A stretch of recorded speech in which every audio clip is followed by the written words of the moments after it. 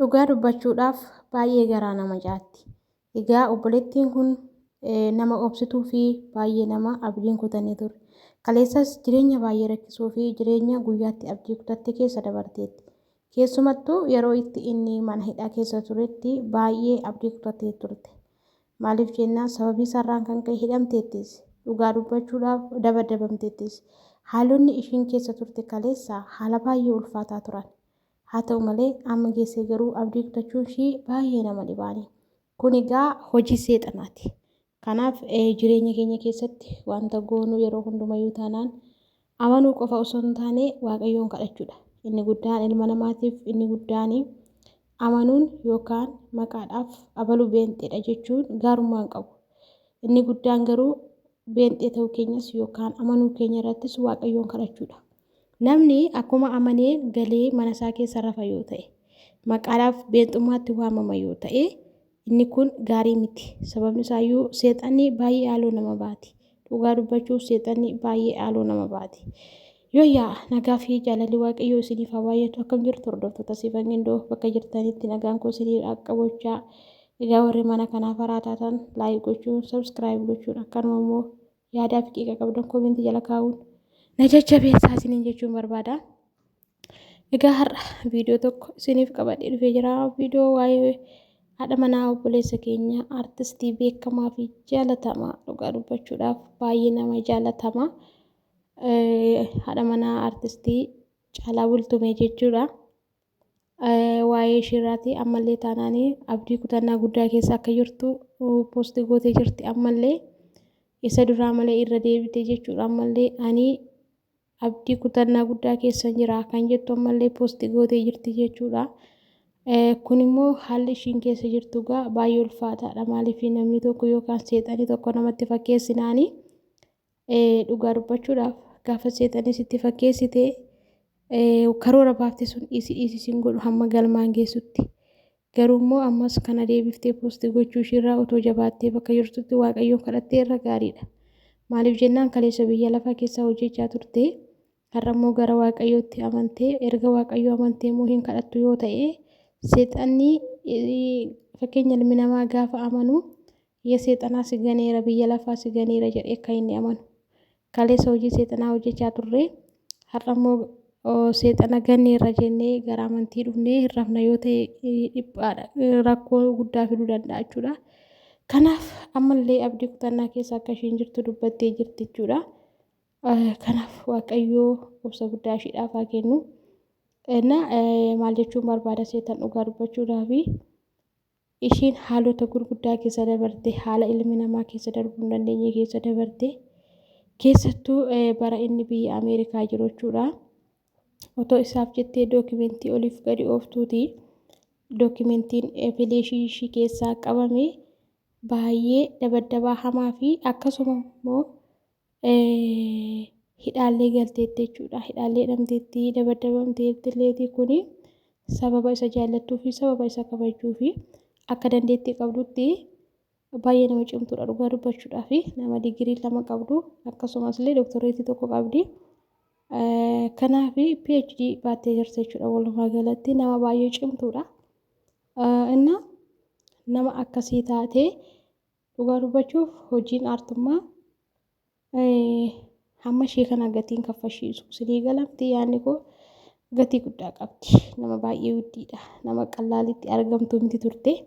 Garuu jaalalli immoo waa baay'ee waan nama godhuu fi isa fanaan yeroo jaalalaa jammartee kana keessatti sababii cimtuu taateef sababii nama baratte taateef haalota hin darbama jedhame keessa dabarteetti dhugaa dubbachuudhaaf keessattuu bara 2008 bara inni sirba maaster pilaanii jedhu baasee suni dabaddaba hamaa ishiirra gahee ture. Egaa haaluma hunda sun keessayyuu dabarte har'a garuu abdii kutattee akkasitti lubbuu ishiirratti faraduuni rakkoo wayiitu jira. Maal jedha seetan Oromooni waatoo jala waatu jira jedha gaafa dubbatu. Kana jechuun baay'een namoota akka gaafa uffatanii adeemanii miti. Sababni isaayyuu uffanni keenya kun waan baay'ee nu dhoskaa. Garuu keessi ilma namaa baay'ee madaa'ee dhumeera dhugaa dubbachuu fi baay'ee madaa'ee dhumeera. Keessattuu shamarranii abdii kutannaa guddaa keessa jiru sa'aatii ammaa kanatti. Maaliif abdii kutatu yoo jettanii abbaan manaa yookaan hiriyyaan isaanii bakkeetti gaafa sooshaal miidiyaa kanarratti baanee sirbanii faarfatanii maal jedhanii akka waan ishee jaalattu yookaan akka waan wannitti fakkeessuu danda'a. Garuu immoo gochaan isaan gochaan mana keessatti godhanii garaagarummaa guddaa qaba. Kanaaf alli ofii fi keessi isaanii fi alli isaanii garaagarummaa qaba. Ala isaanii bareeda malee keessi isaanii baay'ee badaadha jechuudha. Maaliif jennaan nama boonii yeroo darbe otoo akkas jettu kan isheen lubbuu ishee galaafatte dhugaa dubbachuu fi baay'ee nama gaddisiisa.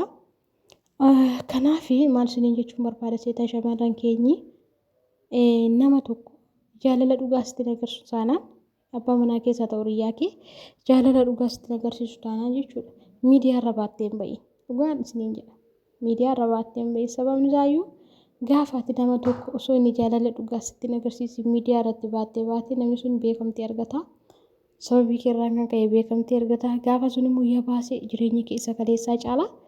Har'a immoo badii guddaa asirratti dalaguu danda'a. Sababni isaayyuu namni tokko immoo gaafa beekamtii argatu keessaan dhufee kan dubbisu hamma kana hin jedhamu. Dhiirris dubartiinis hedduu namootaan nama dubbisa. Inna kanatu jira. Inni guddaan uffatanii deemuu yookaan gaafa alatti bahan harka wal qabatanii deemuu osoo hin taane fakkeessuu osoo hin taane mana keessatti haati manaan koo maalirraa barbaaddi?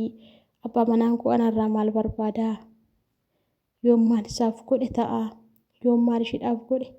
Naaf taati. Yoom maal isheedhaaf godhe?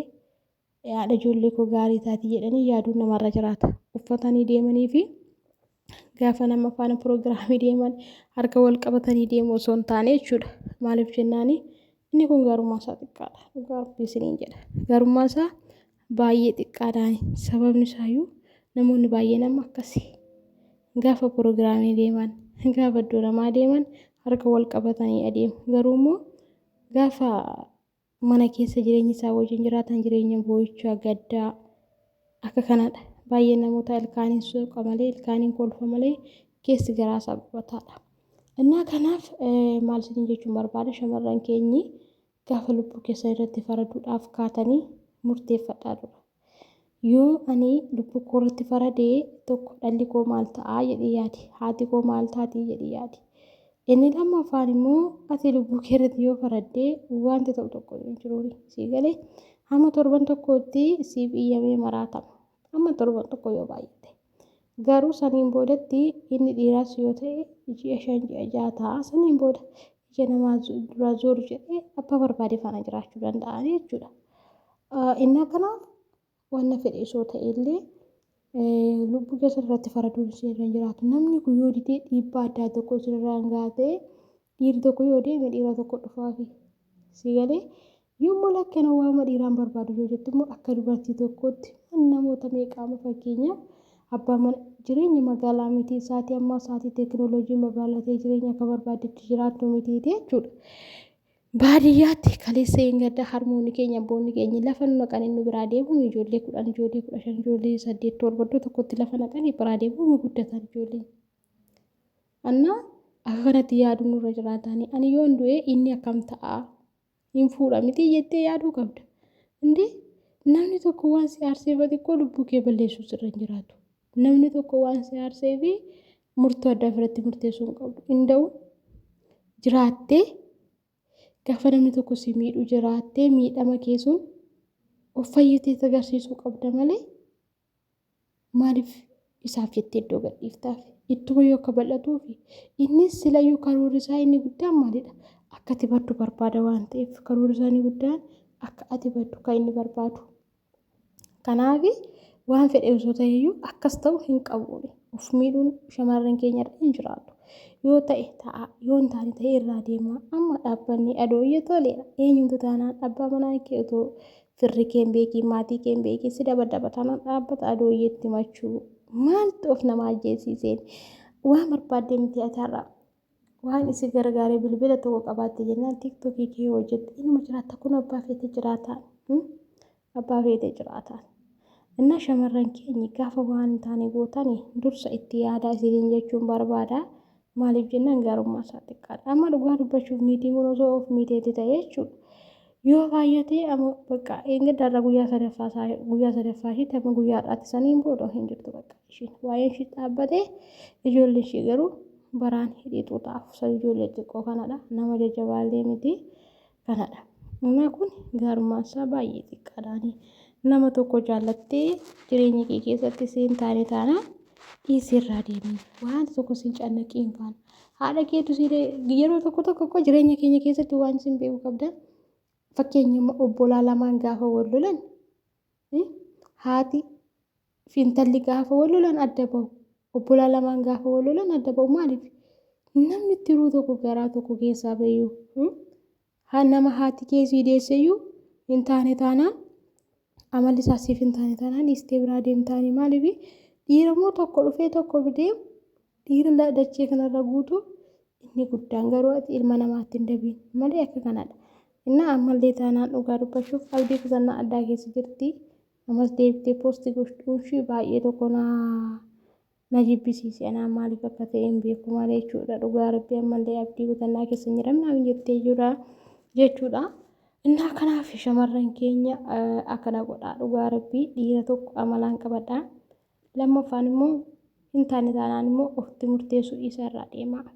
Akkasuma dhiironni keenya illee ergaan ani isiniif dhaamuu barbaadu yeroo baay'ee dhiironni keenya alli keessanii fi keessi keessan garaagarummaa guddaa qaba. Inni guddaan haadha manaa keessan kabajaa bakkeetti yookaan nama biratti sin jaalladha jettee dhungachuu osoo hin taane haadha manaa kee kabajaa haadha manaa kee iddoo laadhuu fi wantaati manaan keessarraa barbaaddu guutii fi wantaati manaan kee naaf ta'e siin jettee guutii fi kanaan achitti. Bakkeetti bahanii fakkeessuun bakkeetti bahanii wajjin sirbuun bakkeetti bahanii wajjin iyyuuni dhumni isaa dhaqee nama galaafata sababni isaa iyyuu booniidhaan fakkeenya fudhadhaa warri dhiirotaa keenyaa jechuudha. Keessattuu namoonni daa'ima qabdan kun maaliif hin ulfaataani? Boru daa'imni kun gaafa guddate har'a toomica'uun kun of miitee boru daa'imni kun gaafa guddate sooshaal miidiyaa kana fayyadamu isa takkana godhee jedhama waa hedduutu jiraan jechuudha maaliif? Argaa waan jirruuf jechuudha. Fakkeenya boonii yeroo duute Yoosef takkas godhee Yoosef akkana ta'ee jennee irraa sirbaa baane jechuudha. Kanaaf kana fakkaata hordoftoota koo nagaan tura.